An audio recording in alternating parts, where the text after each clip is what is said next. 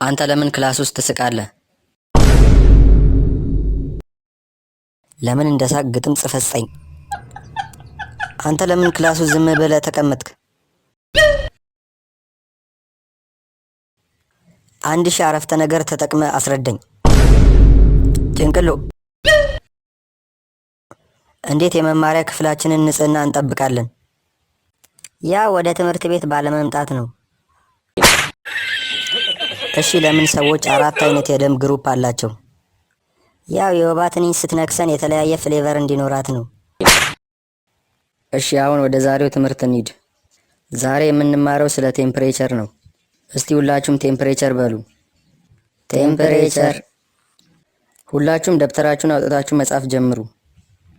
አንተ ጭንቅሎ ለምን አትጽፍም? እስክሪብቶ የለኝም ቲቸር። ታዲያ ከሌለ ከተማሪ ተቀብላ አትጽፍም? ከቤ እስቲ አንድ እስክሪብቶ ስጠኝ። 2 እስክሪብቶ አይደል ያለክ? ይቅርታ ጭንቅሎ፣ እስክሪብቶ ለማንም አልሰጥም። ግን 2 እስክሪብቶ ነው ያለ። አንዱን ብትሰጠኝ ምን ችግር አለው? አልሰጥህም ማለት መብቴ ነው። አንተ ጭንቅሎ። አቤት ቲቸር። እኔ እስክመጣ የሚረብሹ ተማሪዎችን ስም ጻፍልኝ። እኔን ነው ቲቸር? አዎ አንተን ነው። አሁን ስምህን እስከነ አባትህ ንገረኝ። ግን እኮ ምንም አልረበሽኩም። ተመልሻለሁ። ጭንቅሎ ማን ማን እንደረበሸ እስቲ ስማቸውን ስጠኝ።